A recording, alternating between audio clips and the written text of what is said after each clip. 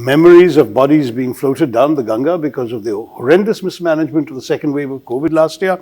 And yet people have allowed themselves to put those behind them. Do they say these are acts of God, but the toilet in my village or the gas cylinder in my kitchen is the act of Modi? I don't know. But the public clearly has bought into the BJP's narrative.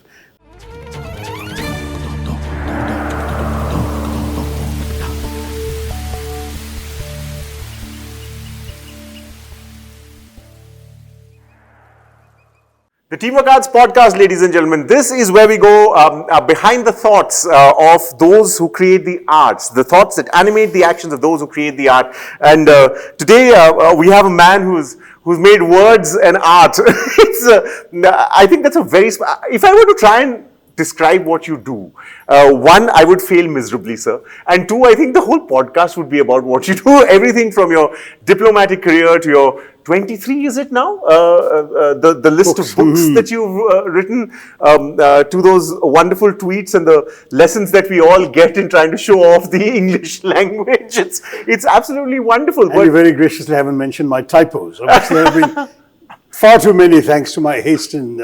But it's actually that people have come to depend on your linguistic skills so much that they believe the typos are the real thing. I know, I've heard. And after all, we are living in a post-truth world, aren't we?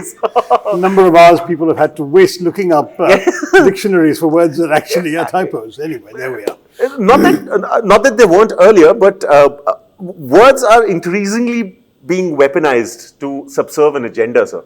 And you have been a merchant of words for a very, very long time. What are your views on that, sir? Never words for their own sake, Sarthak. For me, I think words matter as vehicles for ideas. Ideas, emotions, thoughts, proposals, whatever it is, words must convey something. I enjoy the beauty of words, I enjoy style, I enjoy wit, but there's always got to be content allied to them. And I wouldn't ever consider myself interested, for example, in kind of abstract using of words, a way in which an abstract painter might splash colors onto a canvas. I think that words may have beauty, but the beauty only has meaning when it is seeking to convey something. And to me, therefore, words have always been an instrument. They're a source of joy. Why shouldn't an instrument be a source of joy? For sure. You know, a chair is an instrument for you to sit on, but it can be a beautifully designed chair. It can be an uncomfortable, badly made, short-legged place to be plumped in. So ultimately, words can, it seems to me, be beautiful in themselves, but only as much as they're effective to convey an idea, a thought, whatever it may be. And I've always tried to see words that way, to use them that way. But I've also believed that the telling of a tale is as important as the tale itself. And therefore, I don't believe in the content is king kind of thing. Yes, content is important, but if you have very important content expressed in clunky or bad language, then you've actually undermined your content as well. I think also the seduction of ideas is increasingly being used again as an agenda. Everything has probably been directed towards a certain thought. And of course, as you said, the importance of words. Words make up information, and information makes up knowledge. Information is increasingly passive because we find it everywhere. Yeah. Knowledge it still remains an active pursuit, does it not? And increasingly, that line is being blurred, which probably might be a little bit of a threat to ideas. Now, you remember Eliot's famous lines about where is that knowledge that has been lost in information, where is the wisdom that has been lost in knowledge? We've forgotten wisdom as well. Because ultimately, information is absolutely proliferating. What is worse is you don't really know what's authentic information, what is not, what is fake news, what is not, and so on. And on top of that, of course, you do have the entire issue of how to use whatever information you've acquired in a way that actually contributes to the sum total of human knowledge and human advancement. So that's where I think we will always, thank God, need teachers, guides, mentors, gurus to help steer us through these increasingly dense jungles of information and misinformation into something of a clearing that you might call knowledge, and then from there into the oasis of wisdom.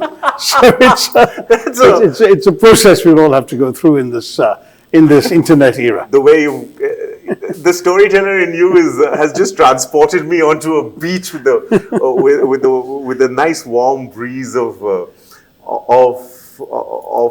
knowledge, of joy, of wisdom, of all of that. Yeah. But it's very difficult to ask you questions because you just take us also. But it's also increasingly that we are becoming a society of the ors rather than the ands. At one point of time, we could be this and that. Increasingly, we're being told that we can be this or that, and we're being told as well, right? I think it varies from field to field. I find myself in politics where, indeed, the binaries, the polarization, the sort of construction of opposites has now reached, in our country, an extreme level, where you're quite right. There is no question of being, for example, shall we say, financially a little bit right of center and socially left of center. You know, there's this entire expectation that you are labeled either a libtard or a secular or whatever, and you can't, for example, be seen as a nuanced human being who has a number of responses to the world, some of which may actually fall into a different category from others. So I'm somebody who believes very strongly that diversity is fundamental to what India is all about. I completely reject the bigotry of those who would divide this country into Hindus and Muslims and promote these polarizing binaries, animated as they are by really sort of ahistorical chips on the shoulder. But having said that, it doesn't necessarily mean that everything else about that particular party or the individuals in that party needs to be rejected. It may be, for example, that some of their economic or welfare measures are worth applauding. But how do you accept this kind of complexity unless you're willing to give yourself the time to do it, and indeed, as you've rightly said, to find the words to do it? And I am this and I am that is actually a very useful conjunction. To say that you have to be either this or that. Remember George Bush's line about you're either with us or against us? Yes, absolutely. There's a story that Nehru was asked, told the same thing by the American Secretary of State in the Eisenhower era in the 1950s, John Foster Dulles. Said, are you with us or against us? And Nehru replied, yes. I'm with you when I agree with you, I'm against you when I disagree with you. I have the right to decide which I am, depending on the situation. Also, the importance of just one word. Yeah. That, we don't weigh them enough, do we? That's right. They've become a little lighter. But there is the telling of the tale, and then there's the listening of the tale. Somebody told me, and that has stayed with me for a very long time, which is that we're increasingly living in an age when we're not listening, we're waiting. Listening is important, isn't it? And that seems to have been something that's receding into the background a little. Would you agree? Yeah, very much so. In fact, listening is important, and then hearing is even more important. Because there are many people who listen, allow what you're saying to wash over them, and then come back reiterating everything they believe in without actually having paid attention to what you've said.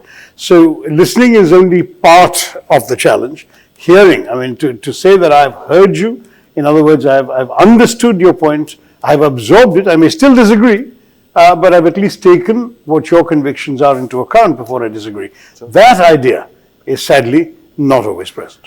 You're also straddling two words. I mean, a literature, 23 books is not a small repertoire to carry. Does the responsibility of art sometimes weigh heavy on you with your responsibilities as a politician? No, one has had to choose, I'm afraid, Sarthak. I mean, I think for quite some time now, as I've first risen in the UN hierarchy and then subsequently got deeply immersed in Indian politics, I've had to realize that comes first, and that writing is always when possible. Now, thanks to COVID, it was suddenly more possible than not, but most of the time, it's a struggle. And even now that COVID has gradually been easing and the demands on one's normal, quote-unquote, professional life have increased, I found that it's a real struggle to find both the time and the energy, and equally important, the space inside your head to create something different. And as a result, for the first time in ages, I'm seriously behind on a book deadline, which unfortunately may well end up being missed altogether. But at the same time, this is the kind of life I've chosen to lead. I remember there was a famous novelist in America, again, going back to the 50s, who was a famous corporate lawyer, a man called Auchincloss, Hugh Auchincloss. And apparently, after having written a few successful bestsellers while still practicing law, somebody said, my gosh, you'd do so much better if you could be full-time. And he took leave of absence from his law firm to work on a book. And then a year later or so, he was right back at the law firm. People said, what happened? And he said, I wasn't writing anymore when I had nothing else to do. So I thought I may as well at least earn a living and continue my profession. So I've always been sort of, worried about that kind of thing happening to me, and I've never taken the plunge into full-time writing. It's fascinating, the fact that you're in a profession that causes discomfort on a daily basis. Yeah. And you sort of fall back on something that is supposed to comfort, but also to cause discomfort, which is art. Do you sometimes feel yourself falling into a comfort zone where the discomfort takes a back seat as your responsibility as a writer? No, actually, my writings, if you go right back to my first novel onwards, have always been about trying to provoke the reader into thinking for themselves. Sure. The Great Indian Novel actually ends with doubt and uncertainty. Absolutely. My novel Showbiz is my novel Riot, where so many possibilities are explored and left to the reader to gauge. I'm constantly trying to get the reader to think. And if there's any one thing that's common to my writings, it'll probably be that. But what has happened, I would admit, is that because of my work, my fiction has dropped off, and whereas I think 4 of my first 6 books were all fiction, all my subsequent 17 have been non-fiction. And why is that? Because I was talking about that space inside your head. You've really got to create with fiction an alternative universe. And you've got to populate it with people, characters, incidents, situations that are as real to you as what you're encountering in your daily life. Now that's kind of a glass palace of illusion, as it were. But if your daily life keeps intruding on it, keeps interrupting it, keeps shattering the palace, how often can you shatter glass before it becomes unusable? Shards. And as a result, I've had my laptops over the years littered with incomplete manuscripts, with half-begun manuscripts of fiction, whereas non-fiction is interruptible. We are all talking non-fiction all the time. I hope some of our politicians are talking fiction too. But alternate universe is also there with especially government propaganda. But anyway, so what you write, let's say you're interrupted, you've got to go off, campaign for a state election, whatever, 3 weeks you're gone, you come back, you've completely been in a different world. But you can read what you've written up to that point, and immediately your mind will click into your process of thought and what you are thinking, what your argument was going to be, and you can pick up and keep writing. At least that's what I've found. So I've found that while leading an interruptible life, it was possible for me to create these non-fiction books, whereas I think fiction would have been very difficult at this time. Now I've joked that, this is a joke that I better stop cracking because it may turn out to be true, that one day the voters may choose to return me to the world of literature. But this is why, every time I publish a book, and I have loyal readers from around the country and the world who write to me saying, when is your next novel coming? And I have to look very abashed and say, I don't know. The truth is, this is why I've not been able to produce one. Maybe one day. Yeah, now that you do talk about elections, this has been something that I've wanted to ask you if I ever got the opportunity, and I'm honored that I've gotten the opportunity. The organizations that you work for and the organizations that you work for are being increasingly brought into question. The UN's toothlessness, the opposition space being ceded, these are things that are increasingly coming into question. Yeah. And, eloquence can only serve a purpose. And you're being increasingly asked because you have been articulate about the defense of probably both. Is the shield cracking a little, or how's the armor like? Well, on the UN, I still stand by what I say, though I do feel a bit of despair about what's going on right now. For the last, I left the UN, I'm embarrassed to admit now, 15 years ago, wow. But in these 15 years, we've seen the UN being marginal, first, used when it came to things like authorizing de facto regime change in Libya and so on, which was never meant to be part of the UN resolution and mandate. We've seen it relatively irrelevant when places like Syria were being bombed. And then on Ukraine right now, you're seeing a situation where the UN is not only unable to act on the Security Council because one of the permanent members is directly involved and has a veto, but also when the Secretary General has not been at all visible in attempting any sort of peacemaking diplomacy. I was interested to see the Israeli Prime Minister flying to Moscow on an errand of peace, which presumably was infructuous. We haven't heard any good news out of it. But the fact is that that should have been the UN Secretary General. So I don't quite know what to say. Other than that, I still feel for all its flaws, it's the only UN we've got. And we need to make sure that it's given a chance with reform to improve. But I would much have a world with much rather have a world with a flawed UN in it than a world with no UN in it. You are a writer, and at one point of time, you were a serious contender for the UN Secretary General post as well. What would a hypothetical situation, had you been Secretary General right now, this would have been probably, it's a world-changing crisis, actually. So have you ever thought of that? Well, no, to begin with, if I had been Secretary General, my term would have been over in 2016. So I would have been 6 years away from this problem as Ban Ki-moon is today. But the fact is that it is undoubtedly unwise when you're not in a particular position to talk about what you would have done. First of all, because you don't have access to all the information that the person in that position does. A Secretary General has direct one-on-one, face-to-face contact with many of the principals. Things may have been said privately that are not known to the world. Information may have been exchanged confidentially that you and I don't know. So I think anyone who sits here and says, I would have done this or that, is being a fool, because that person is saying that without benefit to that inside track. But as I say, from the outside, one of the things one would have hoped to have seen happening is for the Secretary General to take an initiative. I was with Kofi Annan in his immediate office when the Americans had decided to bomb Baghdad in '98, and he just on his own initiative announced that he was going to travel to Baghdad and try and get Saddam Hussein to climb down from the position he'd taken that had led to the threatened bombing, which was denial of inspections. And I must say that was an act of immediate success, but also great courage and wisdom, because it was not something that the West was happy about. The Americans would probably have benefited politically from dropping some bombs more than from watching this UN Secretary General going off to Baghdad. But he essentially was able to cock a snook at all five of the major powers, while at the same time going out to this country and giving them a branch down which to climb. And they did, and at least, in the end, for other reasons, the peace that Kofi bought with his trip only lasted 6 or 9 months, and then the bombing started anyway. But the reason I say that he distinguished himself from that role, this is one of the many things he did, which used the sort of moral authority that comes with being the Secretary General of the UN in ways that we have not seen being used since his time. There's also, words like wisdom, branch climb down on, moral authority. These are also words that are being increasingly used for the opposition space in the country right now. What are your views on that?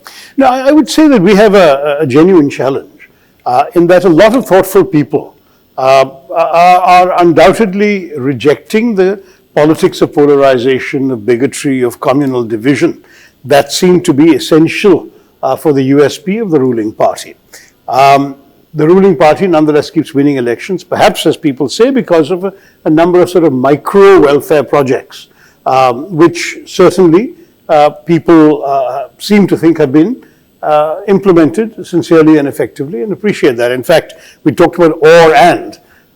You can be communal and be effective at building toilets and delivering gas cylinders. So these things happen, So the fact is that the BJP has certainly demonstrated with these 5 elections, whose results have just come in as you and I are speaking, a capacity to convince voters that they are serving public interest.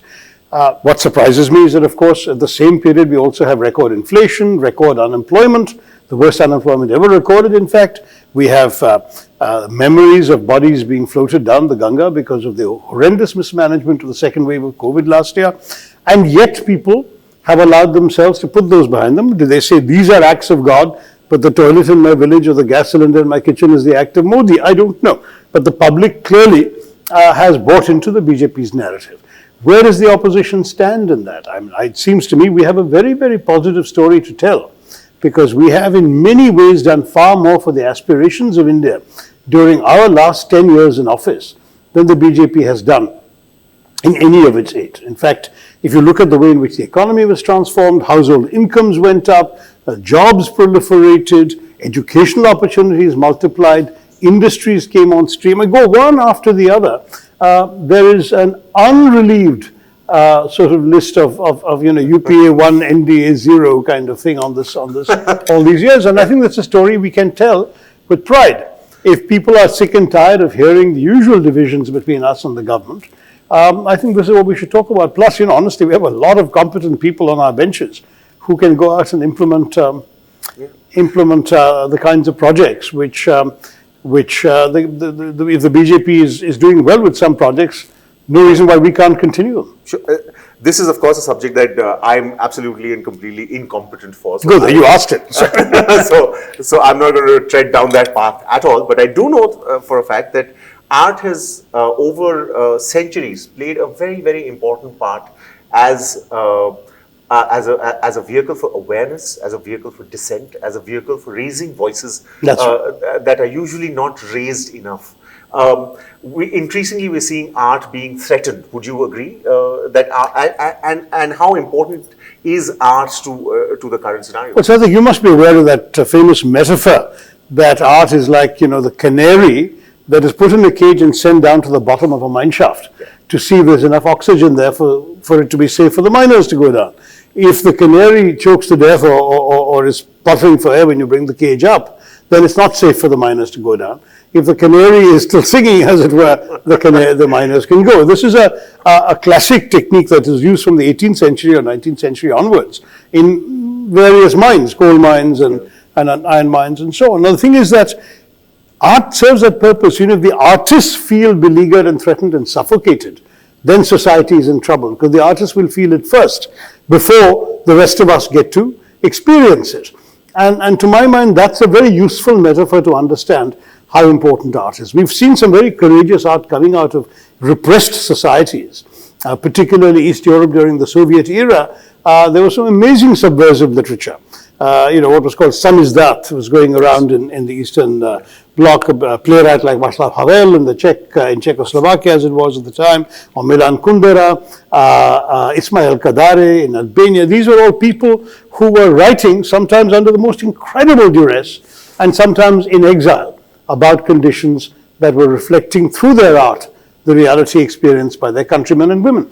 These kinds of stories, I think, are amazingly reflective of what ails a society. And I think when you find Indians starting to produce this kind of subversive literature, you may, on the one hand, say great for literature, but also say worried about our society, because they're sending the alarm bells that not all is well in our country. So you think there is hope in art? Oh, of course. What else? Where is there greater hope than art? Art is the expression of the finest of human sensitivities, sensibilities, and concerns. And at the same time, it taps into that most precious and indefinable part of our being, our imaginations. So surely that's what art has to offer us all, and which we honestly have to appreciate. I'm so grateful that a place like JLF has all the arts on display, including music, and of course, it's not just books, it's also ideas. It's usually the ideas are being discussed by people who've written books, which is good. Writers need platforms, but also sometimes by people who are just practitioners of these various things. So very interesting opportunities, it seems to me, to engage with the things that matter in the world. And art, literature, poetry, music, all of this has an indispensable role to play in helping illuminate some corners of the human condition that we may not be fully aware of. Absolutely. And I think sometimes we have to hang on by our fingernails, and if art provides that cliff to hang on to, I guess we can all be a little more hopeful. There's many questions that we need to ask, but we cannot monopolize your time. Thank you so much. It has been absolutely wonderful having this conversation with you, and we look forward to more play of words with you, and we hope for better things. So thank you very much for your time. Appreciate it. Thank you, sir. Dr. Shashi Tharoor, ladies and gentlemen, on the Teamwork Arts podcast. Follow us on social media. It'll be nice, and tell us what you think, because thinking should not be seen as a luxury, probably a necessity. So yeah, go for it. Tell us, subscribe, whatever it is that you want to do. Just click on those buttons, and what's coming up next? For that, you'll just have to keep following us on social media. Thank you for listening. This is the Teamwork Arts podcast. If you've enjoyed this podcast, subscribe to our channel now. We have a new episode out every Friday.